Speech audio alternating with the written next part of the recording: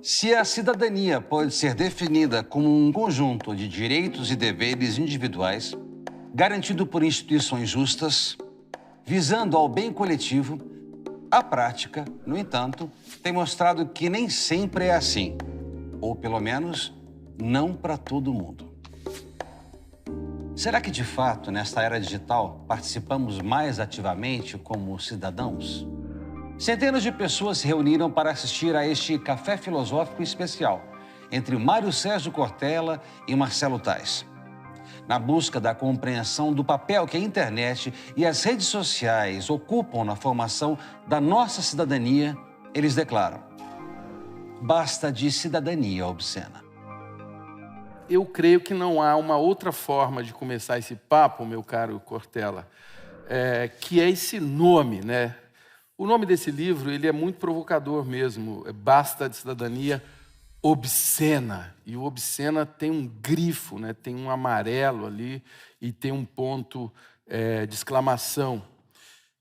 Eu creio que a gente precisa entender o significado da palavra obscena. Pois né? é. De maneira geral, o obsceno é aquilo que, ao ser mostrado, produz escândalo.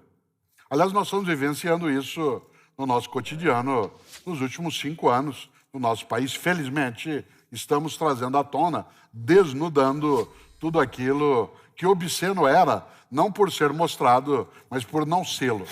Isto é, uma cidadania fraturada, né, no nosso dia a dia, porque as pessoas não tinham uma visão clara do que era escandaloso. E é interessante porque uma cidadania obscena, a gente fala disso sempre, é aquela que dissimula direitos. É aquela que finge que está atendendo ao conjunto dos requisitos e das necessidades sociais.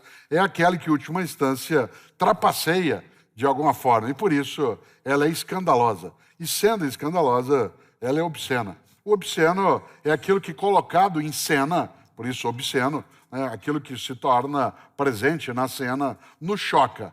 E eu me lembro o quanto que você quis incorporar, né, Taz, nessa reflexão, qual era o papel das redes sociais, seja na promoção da obscenidade, seja na proteção contra, né, essa obscenidade. Afinal de contas, redes sociais, né, paraíso ou inferno? É a redenção ou é a danação quando se pensa em política, cidadania, ação social? Antes de tudo, Cortella, a rede social é bom que a gente entenda, elas são ferramentas, né? E elas andam sendo muito demonizadas. Muitos pais vivem muito preocupados com o uso das redes sociais, por exemplo, pelos filhos, e acabam cometendo algumas obscenidades, eu acredito, ao julgar as redes sociais. Atribuírem às redes sociais alguns poderes, sabe assim, superpoderes, poderes mediúnicos, que não são próprios de ferramentas. Quer dizer, o uso que a gente faz dessas ferramentas é um uso humano. E aí tem um conceito que para mim é muito especial, que é o conceito da autoria, né? Nós vivemos uma fase da vida pública, inclusive da vida pública brasileira, onde há uma diluição da autoria, né? Onde houve, na verdade, uma diluição da autoria durante muitas décadas, e agora parece que começam a aparecer alguns autores, né? De algo que a gente sempre falou, por exemplo, todo político é ladrão. Vocês já ouviram falar disso? É algo que eu venho ouvindo. Eu acho que a minha primeira entrevista que repercutiu muito na televisão foi com um político, meu caro Cortella. Nosso ilustre deputado Paulo Salim Maluf, né? Que vocês estão rindo, gente? O nosso ilustre Paulo Salim Maluf tentava ser candidato a presidente do Brasil em 1984. Ele foi acusado, gente, vejam vocês, de ser corrupto. Por alguém muito importante, Antônio Carlos Magalhães. E naquele dia, eu era muito jovem, né, Cortella? Muito cheio de impulsos. Muito intempestivo. Muito intempestivo. E com muito tempo livre para fazer algumas travessuras, eu e meu querido amigo Fernando Meirelles, que era um excelente câmera e parceiro de criação do Ernesto Varela, nós fomos até o deputado Paulo Maluf para simplesmente darmos chance dele confirmar ou não a informação de que ele era corrupto. E aí fiz a pergunta para ele. Deputado, é verdade que o senhor é um ladrão, né? Uma pergunta talvez assim muito simples de responder. Ele não quis responder. E aí a Interpol e muitas décadas se passaram. Gente, nós estamos aqui hoje que o STF, depois de 30 anos, confirmou, sim, ele é ladrão. E quando você levanta a questão, todo político é ladrão, e a gente acha de maneira humorada, né, nesse veio para a gente brincar um pouco, que é bom, né? A gente tem um risco nisso que você sabe, que é a incapacidade que se tem, às vezes, na sociedade brasileira, de não fazer as diferenciações. A expressão todo político é ladrão, colocada com um ponto de interrogação, ela é absolutamente necessária para que a gente não seja superficial na reflexão, no debate, na análise. A afirmação que você não fez, mas que você levanta e a gente levanta no dia a dia, todo político é ladrão, ela é indiferenciadora. Isto é, ela coloca a política sempre como um campo indigno, desonroso, sujo. Isso é um risco numa democracia. Numa democracia, todas as vezes que a política ela é desprezada, quando ela é colocada como autoria apenas de canalhas, canalhas delas se apropriam sem dificuldade alguma. Nesse sentido, a clássica frase atribuída, né, a Martin Luther King, eu não me preocupo com o alarido dos maus, mas isso sim com o silêncio dos bons. Claro que essa frase nos coloca numa condição, você sabe, de imaginar que nós somos bons. E essa ideia eu não acho que ela seja arrogante, mas bom no sentido de que, naquilo que a gente entende como seja autoria, eu não quero, nem você, nem as pessoas que conosco estão, nos veem aqui ao vivo, ou pela internet, ou veem também, né, pela transmissão que a TV Cultura faz da CPFL, não são pessoas que desejam a maldade da vida. Mas ainda assim, a gente pode produzir a maldade da vida porque a gente tem autorias que se dão, não por aquilo que eu faço apenas, mas também pelo que eu deixo de fazer. Pela minha omissão, pela cumplicidade, por aquilo que o Lavoisier, o filósofo, né, chamava de a servidão voluntária.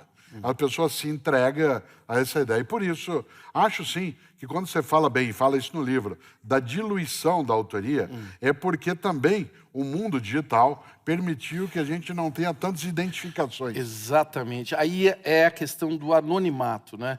E quando a gente fala de diluição de autoria, e até para deixar clara a minha posição referente a todo político é ladrão, é que agora, né, nesta eletrizante história que se chama História do Brasil, a gente começa a ver autoria e valores, né? A gente vê quem roubou e quanto roubou. É uma forma educativa da gente entender como que circulam os impostos, os esforços de milhões de brasileiros que trabalham e que vem diluído, inclusive, a sua contribuição para a construção de um país, né? Isso é uma maneira pedagógica da gente entender que a diluição da autoria não leva a lugar nenhum.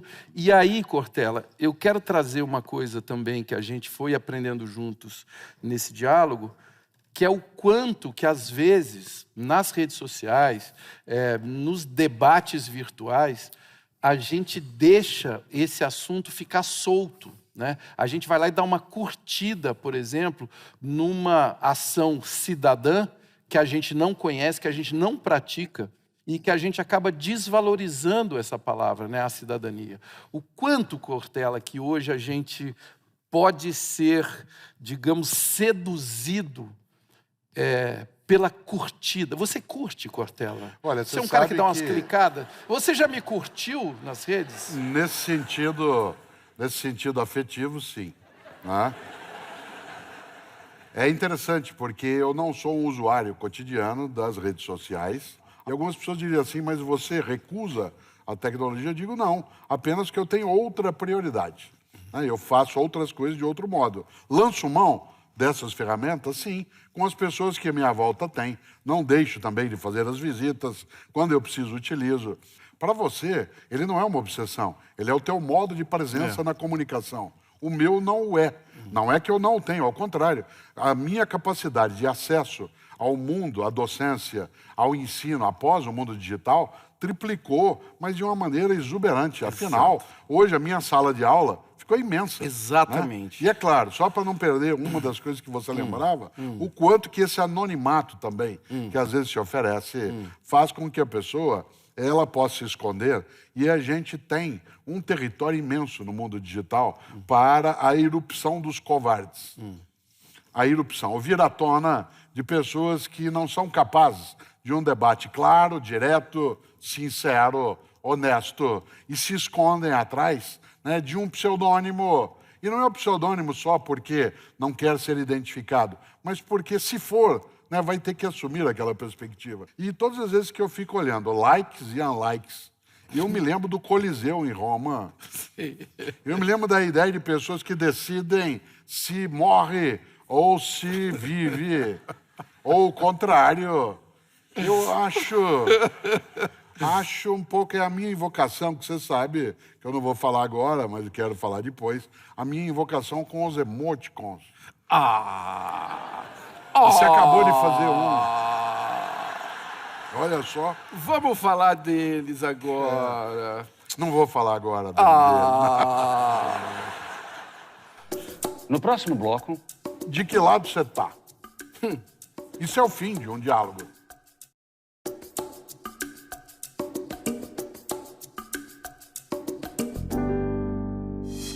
Se o contemporâneo valoriza a individualidade, por outro lado, amplia as possibilidades de mundos compartilhados.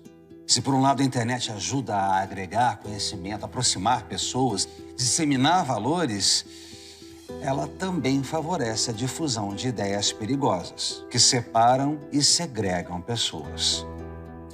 Qual o potencial do mundo conectado? Suas vantagens, seus perigos?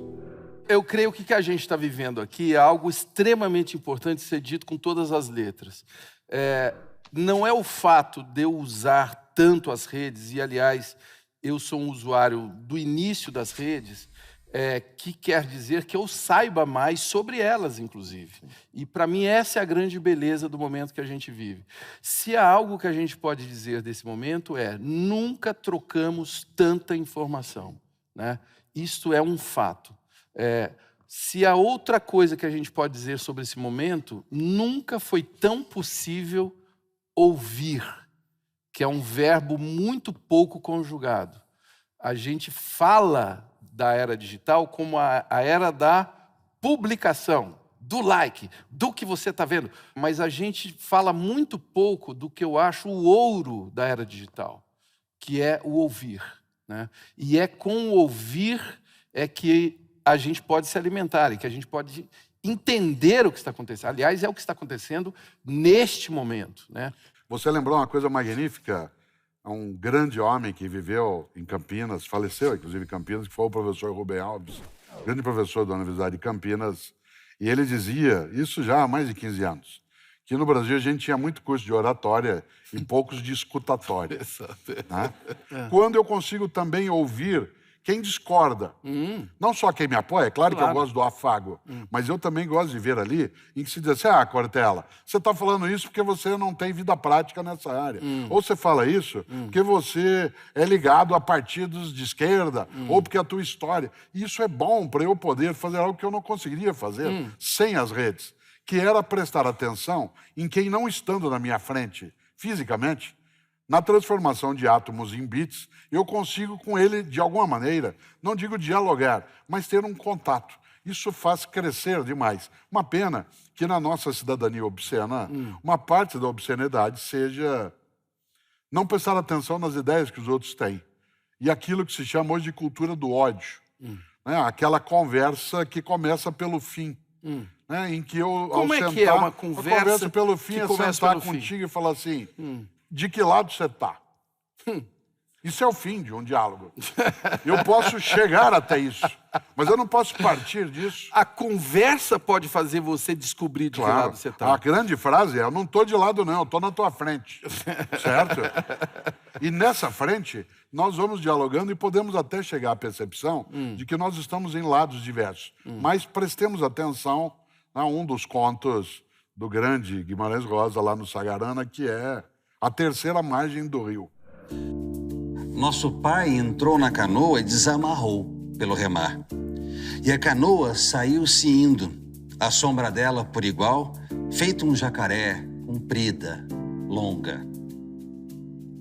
De dia e de noite, com sol ou aguaceiros, calor sereno, e nas friagens terríveis do meio do ano, sem arrumo, só com o chapéu velho na cabeça, por todas as semanas e meses e os anos, sem fazer conta do se ir do viver. Não pojava em nenhuma das duas beiras, nem nas ilhas e croas do rio, não pisou mais em chão, nem capim.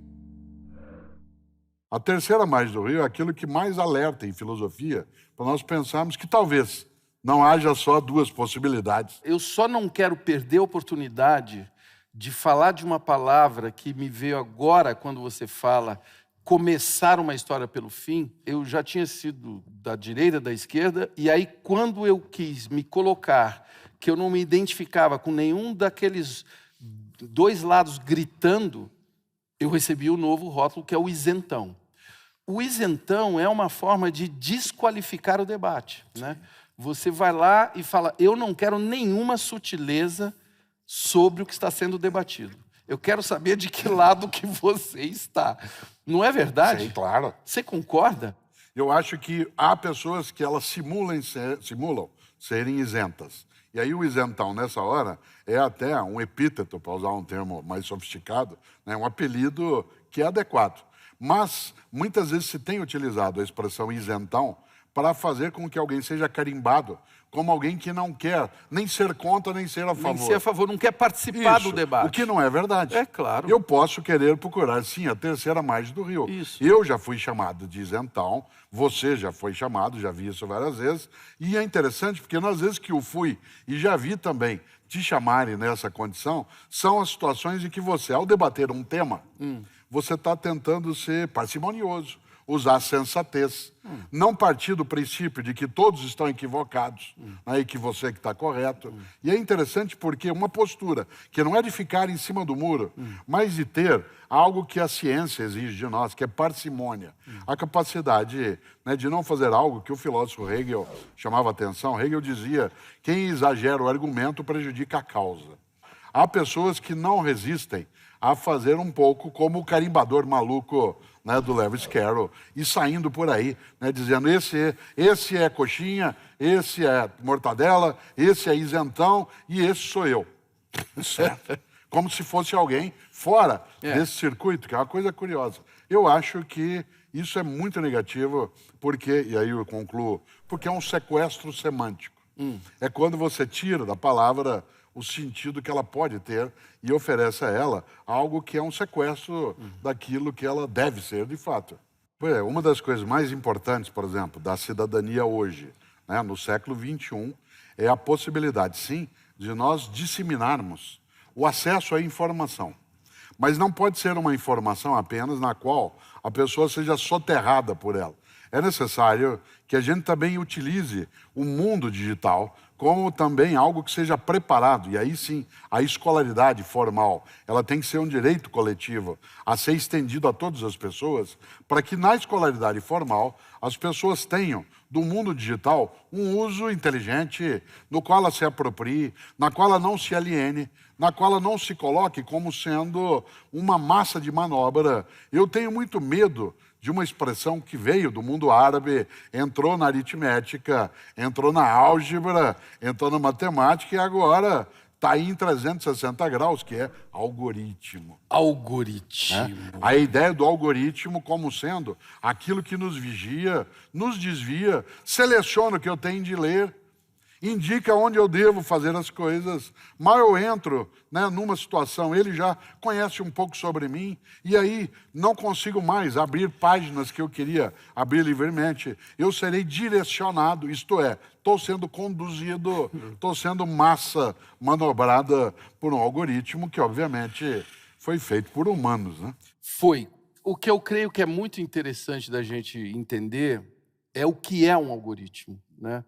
Porque é uma palavra que está na moda e que parece que é algo que a gente seria incapaz de compreender. Vocês querem compreender o que é um algoritmo? Classe. Hã? Vamos ver se o professor Tiburcio vai conseguir explicar. Vamos pegar uma coisa gostosa, assim, doce de leite. Quem gosta de doce de leite? Hã? Como que se faz um doce de leite? Com um algoritmo, tá? O que é um algoritmo? É uma sequência de eventos, né? Ou uma receita, no caso do doce de leite, que você, seguindo aquela sequência, você chega num resultado, num produto. Então, um algoritmo, muita gente associa apenas a um software, e, claro, os softwares são algoritmos, mas são sequências de eventos, né, de ordens e de decisões, de tomadas de decisões. Uma receita de doce de leite também é um algoritmo. Então, se você seguir aquela receita, se você seguir aquela sequência, aqueles passos, você está dentro de um algoritmo, tá? No caso que a gente está comentando aqui, as redes sociais, elas são guiadas por algoritmos. Então, é importante que a gente entenda, nós que somos usuários delas, como que nós estamos sendo guiados dentro daqueles algoritmos, né? Então, cada uma delas, Facebook, Twitter, cada uma delas tem os seus próprios algoritmos, que são criados para nos colocar, favorecer certos tipos de interação, de notícia, né? E é legal falar abertamente sobre isso, até porque estamos aqui falando de cidadania obscena, e eu tenho certeza que o Facebook preza pela transparência da gente falar de como que funcionam esses algoritmos. Muita gente gosta da palavra bolha, por exemplo, né? É outra expressão que é usada para significar que esse algoritmo faz você ficar dentro de alguns lugares onde as pessoas concordam com o que você gosta, e isso é um fato, né?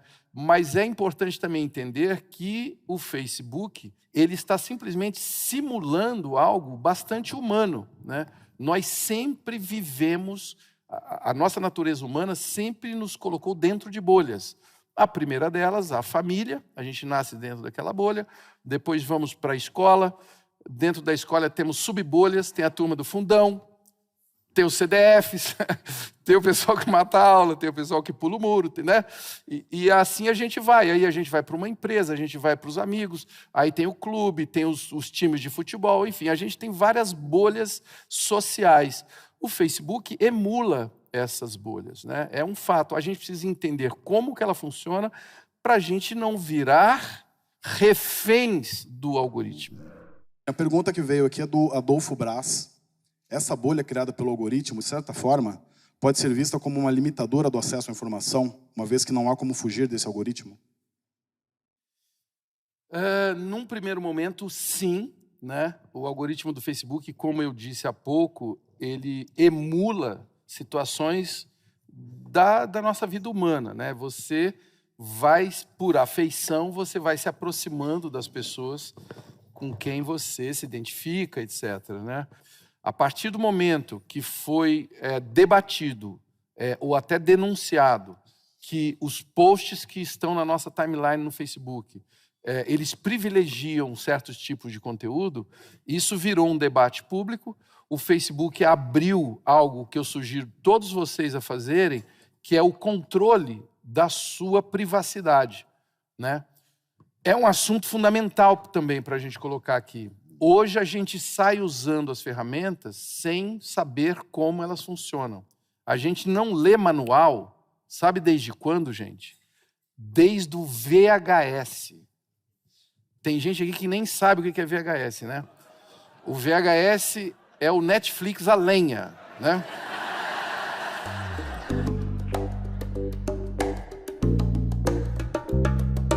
Naquela época, a gente não lia o manual, o VHS ficava piscando uma hora qualquer, e aquilo não impactava muito na vida da gente. Hoje, nós estamos caminhando para a internet das coisas. Cada coisa que usamos, como os telefones, como televisores, qualquer coisa que você tenha dentro de casa hoje, conectada, que é chamada de inteligente ou Smart TV, está conectada na internet. Aquele equipamento tem uma conexão com a rede. Muitos desses equipamentos gravam tudo que é dito dentro de casa, como, por exemplo, as TVs inteligentes. E as pessoas não sabem disso. Gravam, inclusive quando está desligada. Vocês sabiam? Você sabe que alguns políticos foram pegos nessa. Foram pegos nessa. Em gravações que ele não sabia. Houve um famoso hacker que pegou um ursinho que é usado como babá eletrônica e pegou todas as conversas, né? E conseguiu mandar mensagens falando nessas milhões de babás eletrônicas. Então, é legal a gente falar abertamente sobre o algoritmo do Facebook, mas é também importante entender que qualquer equipamento, agora, neste momento, não é no futuro não, que você tenha em casa, como, por exemplo, câmeras de segurança. Se você não trocou a senha do fabricante, um hacker também vai ver o que tem dentro da sua casa.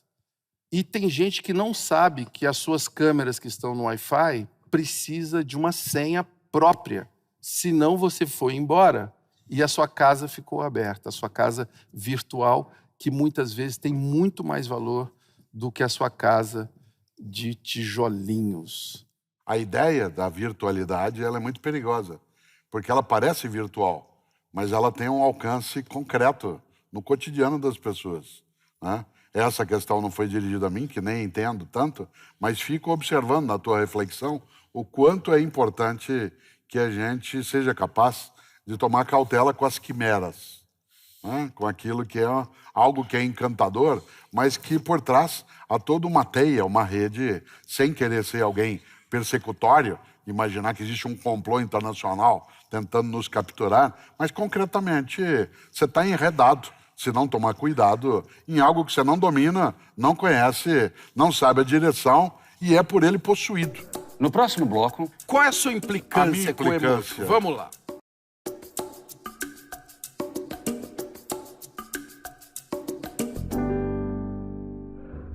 Por que você não me responde? O quê? O Zap Zap. Não recebi. Recebeu sim, já leu. Ontem, 9h32 da noite, você leu, digitou 2 letras, desistiu de enviar e ficou online mais 19 minutos, provavelmente falando com outra pessoa. Oi? Recebi, li, mas não respondi. Sabe por quê? Porque eu não quero dialogar na hora que você quer. Eu quero dialogar na hora que eu quero. Eu quero te devolver e entender a sua visão sobre o Instagram, que é outra rede muito popular, que eu admiro muito, sou usuário, acho extremamente interessante como as pessoas usam o Instagram. É um lugar onde eu aprendi que só tem gente feliz, né? O Instagram, sabe os gols da rodada, os melhores momentos? Claro. São apenas os melhores momentos. É o momento do drink, é o momento do pôr do sol, é o momento do beijo, é o momento de felicidade. Ninguém briga no Instagram, ninguém coloca uma briga, só tem gente feliz. É o momento tchuki-tchuki, né? E eu vivi uma experiência que quando eu perdi uma tia, avó, queridíssima, tia Neguinha. E aí eu estou lá no velório da tia Neguinha, muito tocado com aquilo tudo, mas ela se foi com uma idade muito avançada também. E eu vi uma cena que era, na hora do sepultamento, a chuva e os guarda-chuvas e as flores, era uma imagem tão bela, e eu quis compartilhar aquele momento porque era linda a cena. Era uma cena muito importante para mim, para quem me segue, eu queria dizer o quanto que aquela cena era importante, e o meu susto foi quando eu cheguei em casa e tive tempo de olhar os comentários. As pessoas não suportaram ver a imagem de um sepultamento no Instagram. E aí eu percebi uma coisa, Cortella, que eu queria te ouvir. A morte é insuportável no Instagram. A ideia de partilha, ela é muito anterior às redes sociais. A ideia de você partilhar, né? A ideia de partilha, ela significou, em grande medida, e significa, no campo da vida saudável, da vida decente, a ideia de que aquilo que eu tenho de bom, eu não quero estar sozinho na fruição daquilo. Isto é, a ideia de eu passar o outro o afeto que eu estou tendo. Quando eu vejo um pôr de sol magnífico, eu estou parado olhando, eu quero que tenha alguém comigo, que assim, vem aqui ver comigo como é que está bonito esse pôr de sol. Nessa hora, a ideia de partilha é quando você quer trazer o outro para aquilo que você não resiste de curtir sozinho. No Instagram, no meu entender, uma boa parte das pessoas, ela não está interessada em partilhar, mas em exibir. Há uma diferença de fundo em relação à partilha e à exibição. Quando eu estou comendo um prato gostoso e eu vou postando para os outros verem, a frase é, tá vendo o que eu estou tendo? Outra coisa é, ou tá vendo o que você não tá claro, tendo? que dá na mesma, de um outro modo, em 360 graus. 360. Certo? Outra coisa é, Taz, olha o que eu estou fazendo. Vem aqui partilhar comigo. Outra coisa é, olha esse pôr do sol. Veja se você já viu uma coisa dessa. Já viu significa reparta. Hoje a gente observa, e eu estou segurando o mobile de propósito, né? A gente observa pessoas que você vai mostrando fotos para ela e ela vai passando numa velocidade... que é impossível até de ver, né? Em vez de você fazer aquilo que a foto sempre foi, que foi a presentificação do instante, trazê-lo presente, ele se torna o passageiro contínuo. E aí, nada vale, me chateia. E por último, né, os emoticons. Qual é a sua implicância, A minha com o emoji? implicância. Vamos lá. De repente, as pessoas começaram a substituir a expressão verbal, seja por escrito ou não, por uma imagem pictórica. E aí alguém me manda assim, Cortella, gostei muito do teu último livro, parabéns. Aí aparece uma mãozinha batendo palma. A primeira sensação minha, assim, será que está dizendo que eu não entendi o que significa parabéns? E tem que desenhar para mim? Assim, olha só. Eu te amo. Aí vem um coraçãozinho desenhado.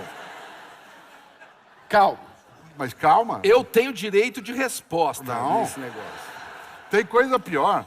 Quero defender Esse os coraçãozinho que é mandado para mim, com o eu te amo, também é mandado para você, para outro, para outra, para outra. Ele é igual ao Vale Disco. Você é ciumento. claro. Você é ciumento. Você quer um coraçãozinho só pra você, né? Quando eu tenho que escrever, Marcelo Taz, gostei demais do teu último programa, eu tenho que dedicar um tempo a você. Outra coisa é eu pegar uma coisa automática Sai e disparando. mandá-la. Discordo. A escrita na velocidade digital, muitas vezes, ela é mal interpretada. Né? A velocidade com que a gente troca mensagens, ela é muito mal interpretada. Eu já vi vários casamentos balançarem por simplesmente assim, você vem jantar? Não. Ponto.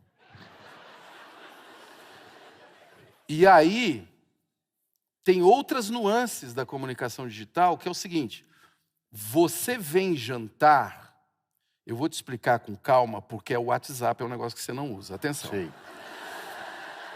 E aí? O Zap, mais conhecido como Zap. Você manda, você vem jantar, fica registrado que horas ela fez a pergunta. A pessoa que perguntou, você vem jantar, já sabe se chegou, se você leu e quantos segundos você vai demorar para responder se você vai ou não jantar. Presta atenção que agora que eu vou chegar nos emoticons. Se você demorou 3 minutos para responder, que já é uma eternidade, porque ela sabe que você já leu. Eu estou falando ela, mas pode ser ele também, tá bom? 3 minutos e ele ainda não disse se vem jantar. E aí a resposta é não. Pode virar um problema. Se você botar não e uma plantinha, não precisa nem ser um coração. Eu atualmente ando gostando de usar assim um emoticon que a pessoa vai ficar assim, o que será que ele quer dizer com isso? Então eu ponho assim, não, e põe assim, um unicórnio, que é um emoticon lindo. Você conhece esse emoticon? Não. Ah, você tá perdendo. Eu conheço o unicórnio. Mas você precisa conhecer o do emoticon. O unicórnio, obviamente, ele é uma fantasia deliciosa. Isso. Um emoticon que reproduz um unicórnio é o falso do falso. Essa tua representação, ela é a obscenidade. Não o que você faz. Não o que você faz. O que a gente está chamando de cidadania obscena é uma cidadania que representa as situações. Por exemplo, você não quer ofender a pessoa que está te mandando uma mensagem. Isso. Então você faz uma gracinha para que ela fique menos sensível. Para que o não seja um frio não. Isso. E assim... Qual é a dificuldade? A dificuldade, sabe qual é? Eu vou tentar. Peraí. Eu vou tentar dar mais elementos para você. Meu Deus. Você me manda uma mensagem, eu respondo. Você me manda, eu respondo. Eu tenho que escrever, você tem que escrever. Desculpe, por que você não me liga? E diz assim, você vem jantar? Não.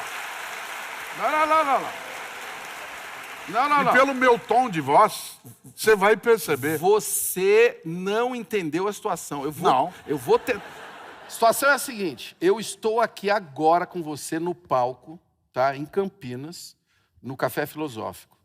A Bel Kovarik, a minha querida mulher, ela não sabe que eu estou aqui, por alguma razão, não sabe que eu estou aqui.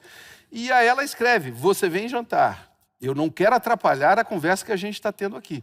Eu vou escrever, sem você notar, eu vou falar não e botar uma plantinha. Entendeu? Só por isso, não é porque eu não queira atender o telefone, não é por nada. E aí, eu estou brincando, na velocidade com que a gente troca mensagens, eu creio que, às vezes, um pouco de abstração pode, não estou dizendo que deve, pode vir a ser uma forma de você humanizar a conversa, né?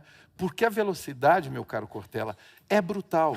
Óbvio que eu não quero voltar ao passado, isso seria tolo, mas eu quero trazer de lá algumas coisas que não podem ficar lá. Uma delas é uma relação afetiva que dê trabalho. Ter amigo dá trabalho. Hoje as pessoas dizem assim, eu tenho 200 amigos. Não tem, ninguém tem mais de 10 amigos na vida. Você não tem, no teu dia a dia, 10 amigos. Hoje se usa a palavra amigo com uma leviandade imensa. Né? Isto é, chama todo mundo de amigo, chama conhecido de amigo, colega de amigo. Isto é, há uma superficialidade que serve, por exemplo, para o discurso político. A ideia, por exemplo, de uma mídia que, em grande medida, em vários momentos, ela explode emoticons, só que não em forma de desenho, mas em forma de um discurso que ele é embalado nos pacotinhos, cheio de plantinha, né? Mas que, em última instância, o que ele significa é, você não está entendendo nada. E não precisa entender, tá vendo? É boa a reforma presidenciária, sem discutir a fundo o que é que significa, né? Um déficit, de onde você tira o dinheiro, o que se faz com as coisas. E aí você põe uma propaganda com coisinhas saltando, uma pessoa dando risada, dizendo vai ser bom para nós. Então, a minha recusa não é, obviamente, a essas facilidades. É quando essas facilidades se tornam dissimulações, enganos. Porque você pode enganar a Bel mandando a plantinha. Gente, Cortella, por favor! No próximo bloco... Como encontrar o momento da coruja?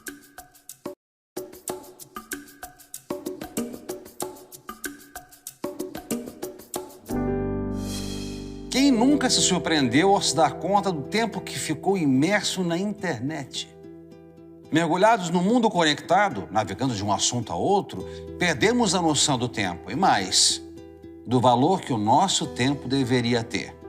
Será que ainda sabemos onde fica a tecla pause?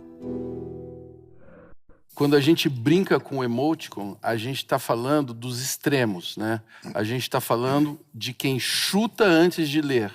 A gente está falando de quem julga o sepultamento da tia Neguinha sem antes entender a emoção que estava contida ali. E para mim o ódio, ele tem muito a ver com algo que foi muito falado aqui, que é a busca da ausência do debate, né? Onde existe o ódio, você não precisa do debate, porque para quê?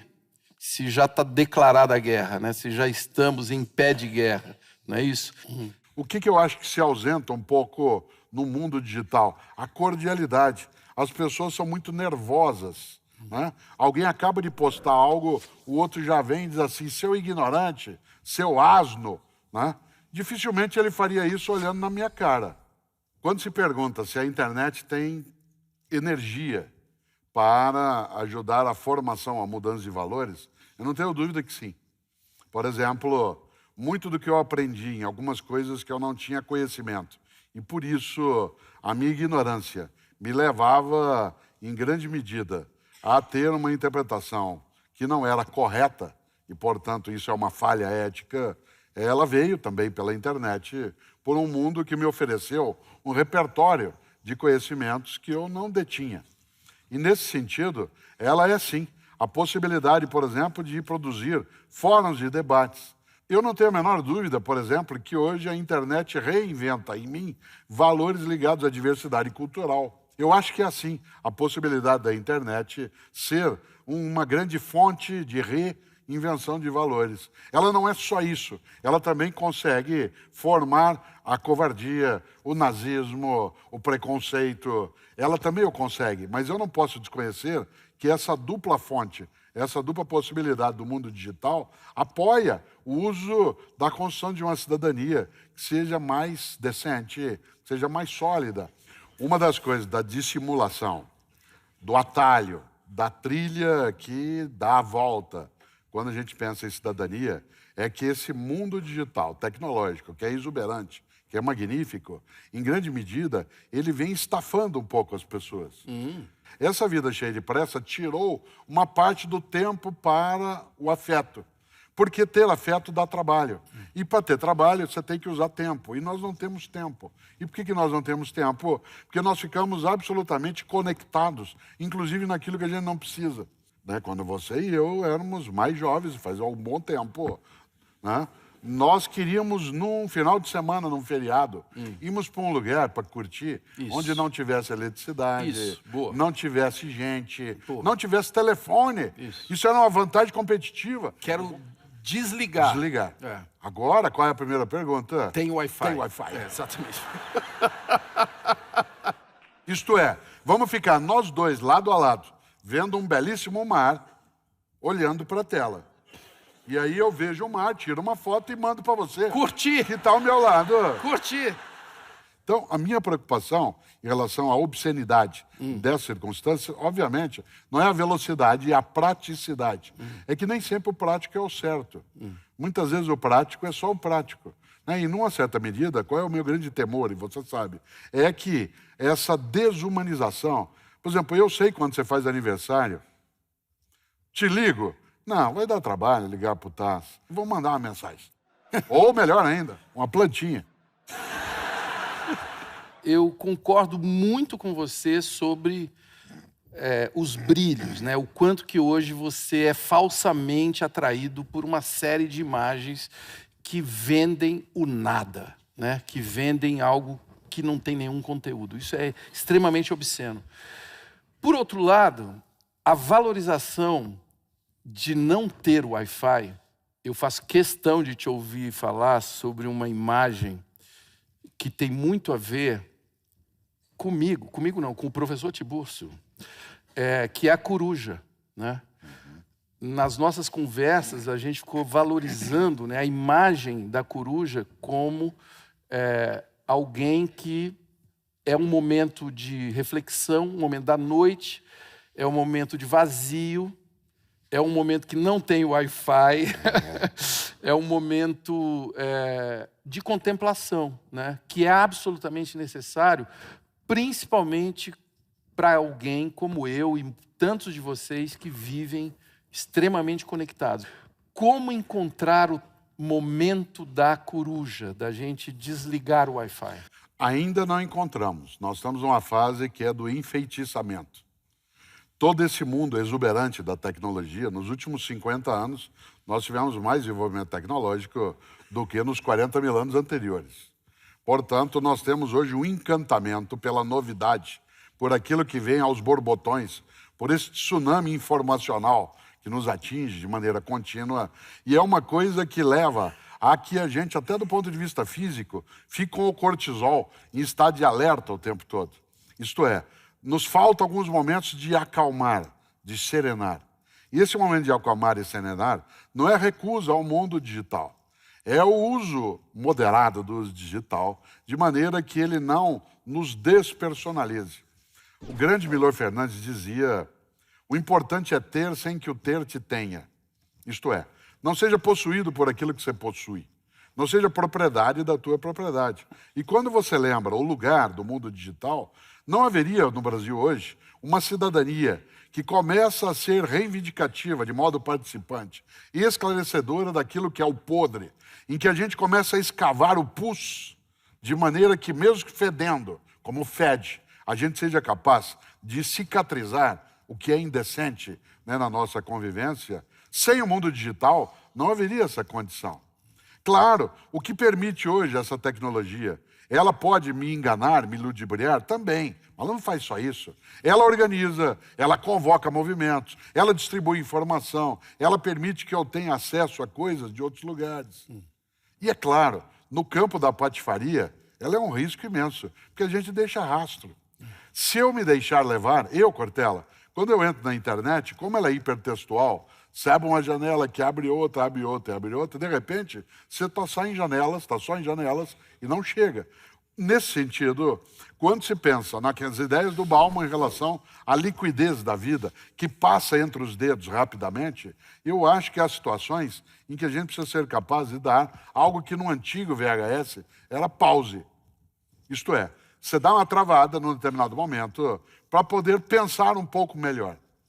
O que é que leva centenas de pessoas a virem numa noite a um teatro, depois de terem trabalhado o dia todo, vendo o trabalho do Café Filosófico, CPFL, assistindo isso na televisão, se não uma necessidade de vez em quando, pare, olhe, escute. Isto é, preste atenção, sem precisar pôr, né, nada que vá além daquilo que nos ofereça critérios para a gente saber, quando vamos caminhando, onde é que a gente vai.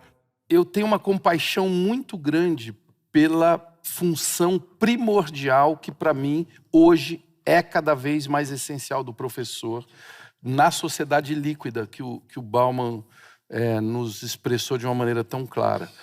Hoje, dentro de uma sala de aula, você tem seres humanos onde pulsa dentro de um telefone um mundo que compete com a atenção de alguém que está ali com uma história para ser contada, para uma história para ser compartilhada.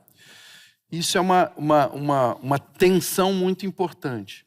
Por outro lado, se a gente não olhar com muita coragem para a situação da educação, que em muitas situações é muito parecida com o mesmo formato da Idade Média, né, uma sala de aula na Idade Média, se a gente não olhar com coragem para uma transformação deste modelo, a gente não vai poder conviver com a era líquida, por uma razão muito simples, porque é a era da troca, né? E hoje a gente está diante de uma nova sala de aula, a gente está diante de novos modelos de aprendizado. E não serve só para a educação, não, serve para as empresas também, né? A gente vem de um modelo absolutamente hierarquizado que não pode continuar. A política é a mesma coisa, né? O que está acontecendo com a política é o fim de um modelo absolutamente centralizado que não faz mais sentido. Mais reflexões no site e Facebook do Instituto CPFL e no canal do Café Filosófico CPFL no YouTube.